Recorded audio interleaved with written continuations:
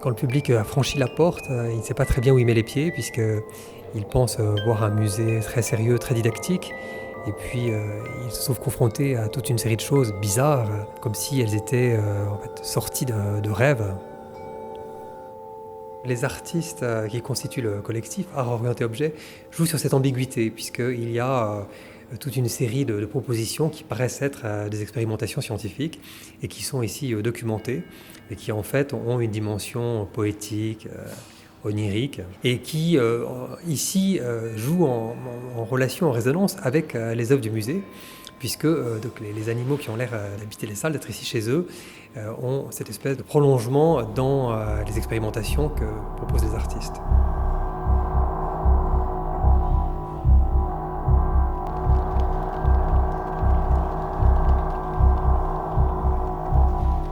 Les artistes explorent le thème d'une relation possible avec les animaux qui passe par des possibilités d'hybridation. Donc on voit en fait toute une série de tentatives de greffe ou de transfusion entre l'homme et l'animal. Le musée ne se prend pas trop au sérieux, donc, il est en permanence dans le questionnement, la subversion. Je pense que le visiteur se dit mais où suis-je ? Est-ce que c'est de l'art ou du cochon ? Donc il y a, je pense, ce même jeu donc, chez les artistes.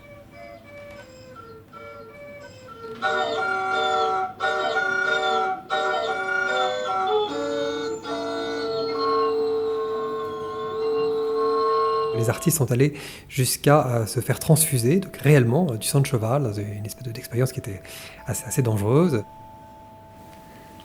En fait, c'est une expérience qu'on a menée déjà sur le plan de la recherche pendant 4-5 ans avant de réussir à la réaliser. C'est une expérience assez lourde. Et c'est pour ça que c'est une expérience qui a été faite avec un suivi scientifique. Et elle a été faite dans l'espoir que je puisse ressentir l'altérité animale en moi. C'est-à-dire ne plus me sentir comme étant complètement primate, au sens humain du terme.